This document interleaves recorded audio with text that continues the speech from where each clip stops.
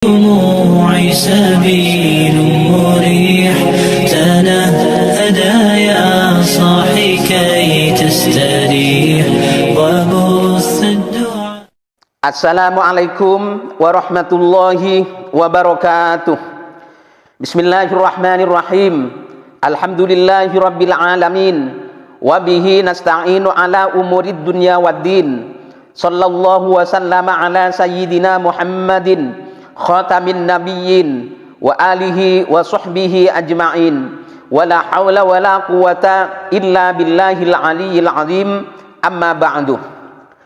Bagian daripada perintah Allah Subhanahu wa ta'ala kepada hambanya adalah menyintai sesuatu atau seseorang yang disukai dan dicintai oleh Allah, yang diantaranya adalah para ulama.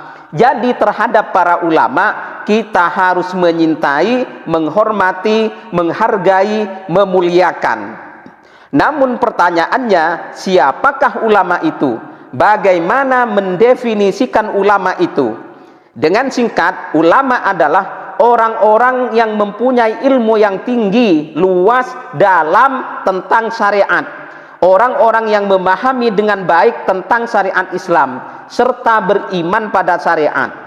Maka tidak bisa disebut ulama sedalam dan seluas apapun ilmu pengetahuan syariatnya jika tidak beriman. Seperti orang-orang orientalis, orang-orang kafir barat misal, yang banyak hafal ayat-ayat suci Al-Quran, hafal ribuan hadis, paham isi syariat, akan tetapi mereka tidak iman. Karena memang tujuannya bukan untuk mengimani, akan tetapi justru untuk merusak, mengobok-obok, melemahkan Islam itu sendiri dari dalam. Kemudian ulama itu harus mempunyai sifat khasyah, yaitu rasa takut yang dahsyat kepada Allah Subhanahu wa ta'ala. Yang mana khasyah atau rasa takut itu menggiring dan mendorong dirinya untuk taat kepada Allah, taat dan tunduk pada isi dan ketentuan-ketentuan syariatnya. Makanya ulama itu pasti ahli ibadah, pasti ahli bangun malam, sholat tahajud, ahli zikir, baca Al-Quran, rajin puasa, selalu mengedepankan adab dan akhlak. Karena ini semua merupakan pengaruh dari rasa khasyah tadi. Kemudian selanjutnya, mereka tidak henti-hentinya, tidak mengenal lelah dan letih untuk selalu dan terus-menerus menyebarkan ilmu pada umat melalui lembaga, pondok pesantren, majelis taklim, pengajian-pengajian, dan lain sebagainya. Saudara-saudaraku kaum muslimin wal muslimat yang dirahmati Allah Subhanahu wa ta'ala, umat Islam Indonesia harus bangga dan bersyukur kepada Allah Subhanahu wa ta'ala karena Allah telah mengizinkan dan berkenan mengirim para wali-walinya, para fuqahanya, para mufassirnya, para ulama berkelas, yaitu Wali Songo dan ulama-ulama sebelum Wali Songo ke Nusantara, ke negeri kita tercinta Indonesia ini, dengan membawa Islam beserta ajaran-ajarannya, yakni syariat. Seiring dengan berjalannya waktu, melalui perjuangan yang gigih dan tak kenal lelah, penuh dengan ketelatenan, ketabahan, kesabaran, sopan, santun, rahmatan lil alamin, serta doa-doa yang tak henti-hentinya dipanjatkan kepada Yang Maha Kuasa, maka Islam melaju dengan cepat, berkembang dengan pesat. Singkat cerita, masa demi masa, generasi demi generasi, mereka selalu mampu menelurkan dan mencetak para ulama dan para kiai handal. Keilmuannya luar biasa.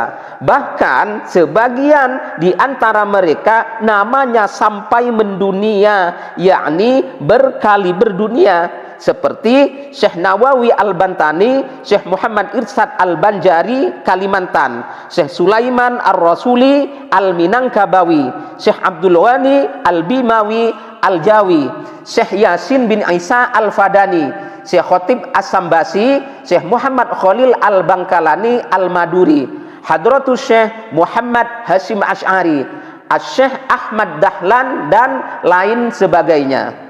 Alhamdulillah, mari kita bersama-sama haturkan puji dan syukur kehadirat Allah Subhanahu wa Ta'ala, karena hingga kini masa yang sedang kita jalani bersama-sama ini, Allah masih tetap berkenan mengizinkan, menganugerahkan ulama untuk bangsa Indonesia, untuk umat Islam Indonesia, dengan jumlah yang semakin melimpah, dengan jumlah yang semakin banyak, jumlahnya tak terhitung dan tak terhingga, tersebar luas memenuhi bumi Nusantara Indonesia.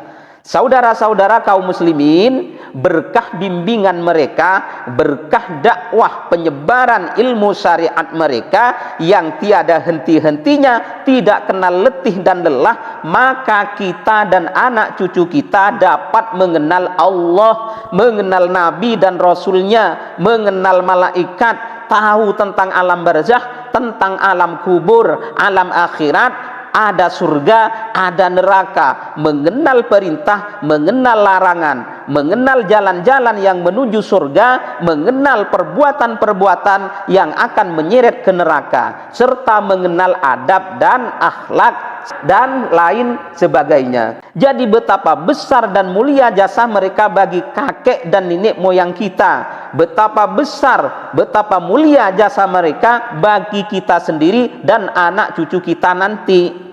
Apapun yang akan kita lakukan, apapun yang kita persembahkan untuk mereka, sedikit pun tidak akan pernah menandingi dan tidak akan pernah menebus jasa tersebut. Namun begini, Allah Subhanahu wa Ta'ala suka dan menyintai pada wali-walinya yang berupa ulama sebagai nur atau cahaya petunjuk bagi kehidupan umat manusia, sebagai warasatul anbiya, sebagai pemegang tongkat estafet penerus perjuangan, penyampaian dan penyebaran syariat para nabi dan para rasul. Dan kemudian Allah memerintahkan pada kita umat Islam untuk mencintai, menghormati, menghargai, takzim dan takrim terhadap ulama-ulama tersebut. Nah, di akhir zaman ini muncul seorang yang sangat biadab dan kurang ajar pada ulama. Namanya Harry Pras. Allah meminta dia untuk mencintai, tapi dia membencinya. Allah meminta dia menghormati dan memuliakan ulama. Harry Pras kerjaannya selalu menghina dan merendahkan para ulama. Dan tidak hanya sampai di situ saudara, bukan hanya sekedar benci dan menghina, akan tetapi dia mengajak orang lain untuk ikutan benci, menghina dan merendahkan. Adapun ulama-ulama yang menjadi target dan bidikan dia adalah ulama-ulama Ahlus Sunnah wal Jamaah, wabil khusus dari kalangan NU. Bahkan akhir-akhir ini bukan hanya ulama-ulama dan kiai-kiai NU yang menjadi sasarannya, akan tetapi juga dari kalangan Muhammadiyah seperti Ustadz Adi Hidayat. Kemudian Harry Pras di samping suka mengolok-olok dan menghina ulama, dia juga hobi mengoreksi dan mengkritisi, menyalah-nyalahkan, membid'ah-bid'ahkan dan mensyirik-syirikan para ulama dengan menggunakan gaya babi tua yang sudah buta dan gaya kuda berkacamata satu. Orang-orang yang dikoreksi itu, yang dicari-cari kesalahannya itu adalah orang yang sangat alim, yang hafal Al-Quran, hafal ribuan hadis, paham Al-Quran dan juga paham hadis. Iman dan takwanya luar biasa. Hari-harinya, waktu-waktunya habis dicurahkan pada dakwah dan penyebaran ilmunya. Seperti Buya Yahya, Gus Baha, Ustadz Abdul Somad, Buya Hashim Ar-Razi, Kiai Sa'in Agil Sirat, Ustadz Adi Hidayat, dan ulama-ulama yang lain. Ulama dalam dan ulama luar negeri mengakui atas kehebatan dan ketinggian ilmu mereka. Lalu bagaimana dengan Harry Pras? Siapa kira-kira yang berani? Siapa kira-kira yang nikat mengatakan dan mengakui bahwa Harry Pras itu adalah orang yang alim, orang yang ahli fikih, ahli gramatika Arab, ahli tafsir? Saya bukan orang alim, saya bukan orang ahli fikih, saya bukan ahli tafsir dan lain sebagainya. Tapi saya punya kelemahan, kesulitan dalam membaca Al-Quran. Itulah habitat aslinya saudara. Sekarang mari kita saksikan bersama-sama di saat Harry Pras memamerkan kebodohan dan ketololannya serta kekurang ajarannya ketika dia menyalahkan dan merendahkan seorang yang sangat alim yang hafal dan paham Al-Quran. Ribuan atau mungkin ratusan ribu hadis hafal dan paham. Ribuan umat Islam Indonesia hafal Al-Quran berkah bimbingan dan motivasinya. Beliau adalah Ustadz Adi Hidayat. Saksi demi Allah, Anda boleh catat kalimat ini. Saya kemarin waktu ke Mekah, Ya. alhamdulillah Allah tunjukkan beberapa. Berapa? Saya diantaranya berziarah ke makam Kiai Haji Maimun Zubair, Bahmun. Ya. Termasuk ke ibunda tercinta Sayyidah Khadijah. Ya, Sayyidah Khadijah radhiyallahu taala anha. Saya begitu melewati pemakaman-pemakaman, lalu di makamnya Mbah Mun itu, kemudian kita di situ berdoa kebaikan.